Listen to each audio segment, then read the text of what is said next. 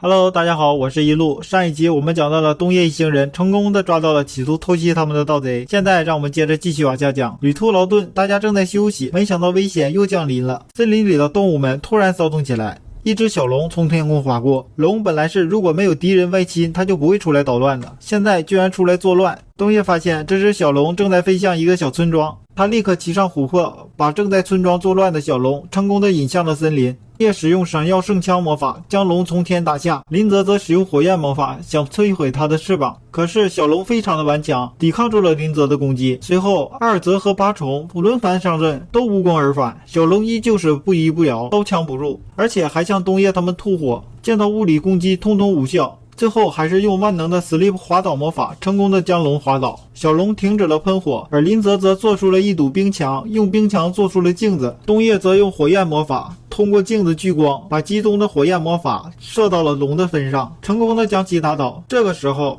圣域的赤龙出面来谢罪，并且他承诺以后会看管好自己手下的小龙。村子被小龙搞成了一片火海，东叶他们去治疗村民，收拾现场，安顿好一切，已经是第二天早上了。卫兵们也赶来了，押走了强盗们。随后东叶累得趴在地上睡着了，醒来后他却发现自己睡在优美娜的腿上，而其他的女孩子们明显的在吃醋，但是这也没有办法，谁叫他们猜拳输了呢？东叶面对着女孩子们之间的战争一头雾水，虽然琥珀什么都知道，但是女孩子们之间的事情他也不想掺和进来。东叶将得到了小龙的战利品全部捐给了村子，让他们重建家园，而村长则把龙牙送给了他作为谢礼。村长说龙牙可以用来做非常坚固的武器。东叶一行人终于到了兽人王国的首都了，见到了兽王。优米娜则把自己父亲的亲笔信交给了兽王。兽王听说东叶一行人屠龙的事情，异常的赞赏，更是兴奋的要求和东叶比武切磋。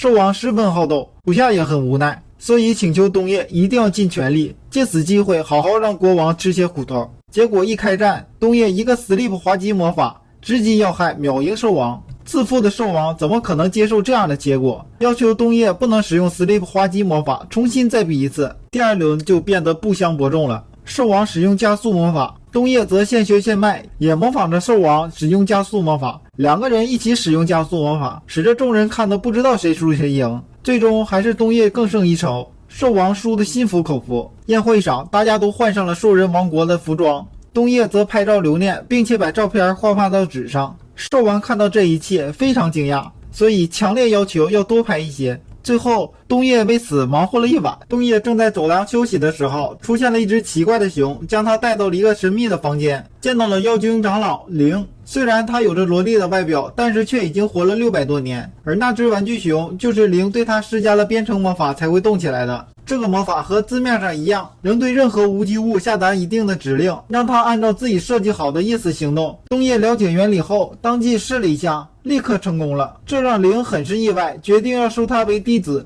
但是却被东叶拒绝，快速的跑掉了。第二天，东叶用改造魔法和编程魔法，以龙牙作为材料，给自己做了一把可以自动添装子弹的手枪。不仅如此，这把手枪还能在一定的条件下变成长刀。另外，东叶还给优米娜与林泽各做了一把。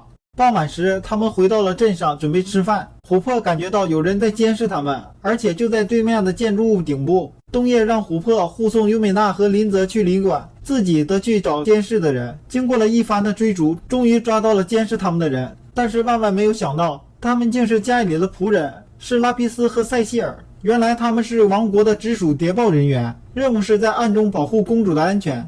二人请求东叶不要告诉优美娜他们的身份，否则公主会生国王的气。东叶也就答应他们了，为他们进行保密。东叶使用传送门让两国国王顺利见面，这次的任务他也就完成了。东叶顺利的回到家，一路发生的事情太多了，累得东叶这一段时间都不想出去冒险了。醒来后自己打算去洗个澡，但是打开浴房的大门，竟然撞见还没有穿好衣服的女孩子们。哎呀，真是艳福不浅呐！虽然最后被连打带骂了一顿，但是艳福不浅就是艳福不浅呐。第二天，东叶独自在花园里忙活着，找来一堆零件，打算做自行车给自己。这时公爵来了，看到如此的新奇自行车，他也要尝试一下，摔了好几次依然不放弃。此时闻声赶来的大家也跟着学了起来，女孩子们甚至想要引起东叶的注意，而暗自较量起来。公爵竟然也加入了他们。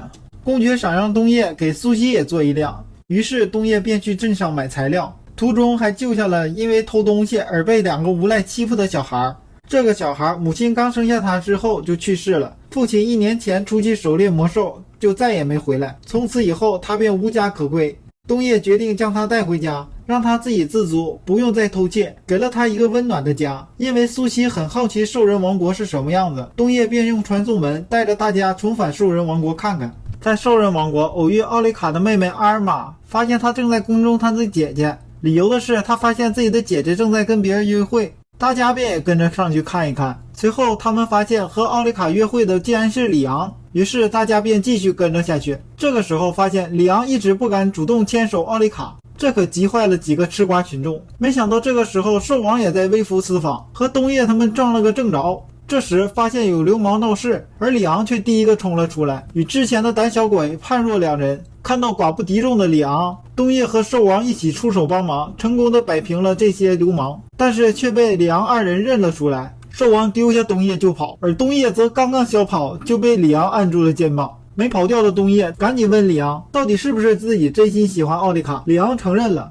这一切都被身后的奥利卡听见了。奥利卡表现出来十分害羞的表情，自己也很中意里昂，于是2个人便顺利的交往了。一波未平一波又起，灵来找他们，问起了之前那个会吸收魔法的水晶魔物。原来一天的夜里，一个村庄也出现了类似的魔物，是从天空中的裂缝出现的。随后灵带着人去展开了调查，但是只发现了一片焦土，所以灵正在调查此事，并且和东野说有一种无属性魔法叫做回忆魔法，可以窥探他人的内心，两者并用就可以传送到别人去过的地方。所以灵想让东野使用传送魔法和回忆魔法带他去一线，想去那边查看一下古迹。正好八重也是一线人，只要使用回忆魔法查看他的记忆中的一线，就能成功的转算过去。使用的结果当然是成功了，大家一起来到了八重的老家一线。灵到达一线是要查看古代尼多亚遗迹，可是他并不知道确切的地点。不过八重的父亲也许会知道，所以大家便先去了八重的家。一线虽然说有自己的国王，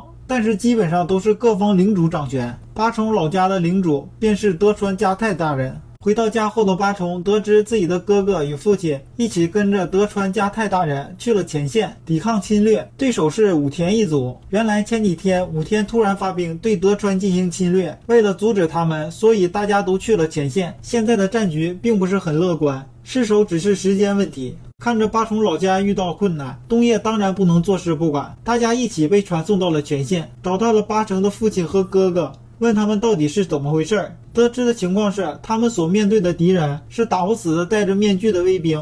根据八重哥哥的所说，只要打碎敌军的鬼面具，就可以让他们停止动作。灵对此进行了分析，敌军应该是使用了不死宝玉，那是一种古代文明的遗产，强大的魔法道具，可以让死去的士兵僵尸化。了解了来龙去脉之后，东野拿着手机一顿神操作，先是治疗了己方的全部伤员，然后使用闪耀的光枪瞬间击溃了敌人。大家对此情景已经见怪不怪，懒得欢呼了。德川家泰大人对东野的鼎力相助表示非常的感谢。随后家泰大人说，有一个传言，据说武田的领主真玄大人已经离世，现在是黑暗军师山本丸助操控着僵尸军团，只要抓住他，事情就能圆满的结束，只是现在没有人能找到他。这个时候武田的4大天王高坂正信的部下庄突然出现，带来了高坂大人的信件，希望加泰大人能阻止丸助挽救武田。虽然他们没有必要帮助武田一族，但是这样下去德川一族也会面临着败北，所以只能打败丸助。